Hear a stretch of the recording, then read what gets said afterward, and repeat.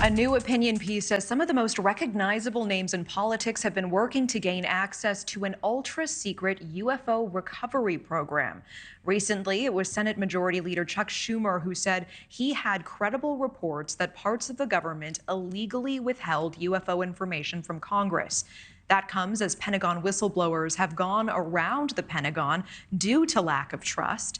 Joining us now is the author of that Hill.com opinion piece, Marik Von Rennenkampf. I really appreciate your time. I know you're also a former analyst with the Department of State's International Security and Non-Proliferation. Thanks for being here tonight. Thanks so much for having me, and thanks for covering this very intriguing story. Yeah, of course. And you say in 2011, a top scientist met with Democratic Senator Reid to establish a secret UFO program. Tell me more about that. And to your knowledge, is this the first time a program like this was under consideration? So the short answer is no. This is the second iteration, and I also want to just note that it wasn't just Senator Reid in that particular instance. It was also Joe Lieberman, who was the vice presidential running mate for Al Gore in 2000. So we're talking about some pretty high-ranking, heavy hitters in the Senate.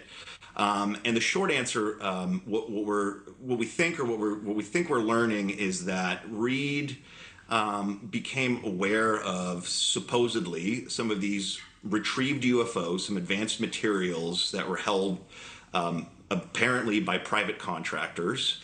And he sought to establish a very secure, highly secretive program to take control of those materials from Lockheed and then study them and ideally to reverse engineer them. And this is all outlined in extraordinary detail, over 50 pages in these documents that were just released a couple weeks ago, a month ago now probably. And no, this is, to get the second part of your question, this is part of a determined effort by not just Senator Reid, but Daniel Inouye, a very well-known senator from Hawaii, and Ted Stevens, also very well-known Republican from Alaska.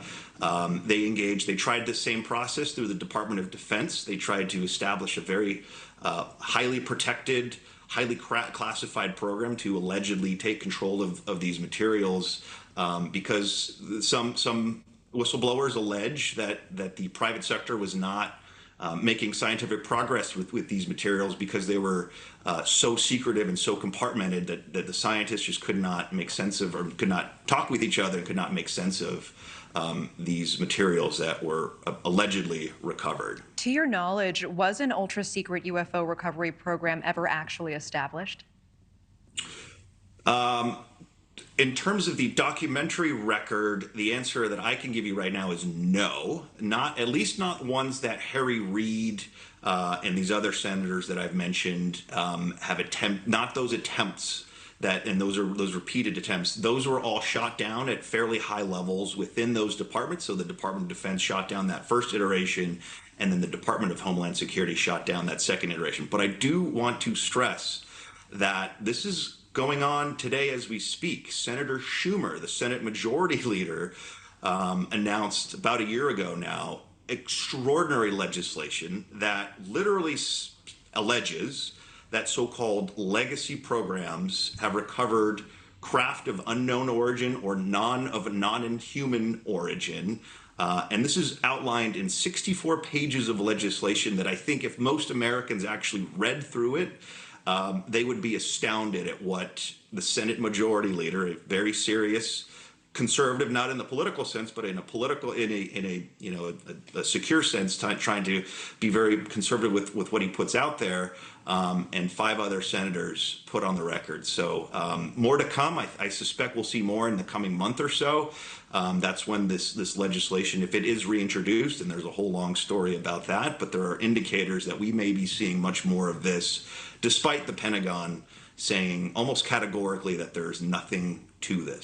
Thank you for watching. Go to newsnationnow.com to find NewsNation on your television provider. And don't forget to click the red subscribe button below to get more of NewsNation's fact-driven, unbiased coverage.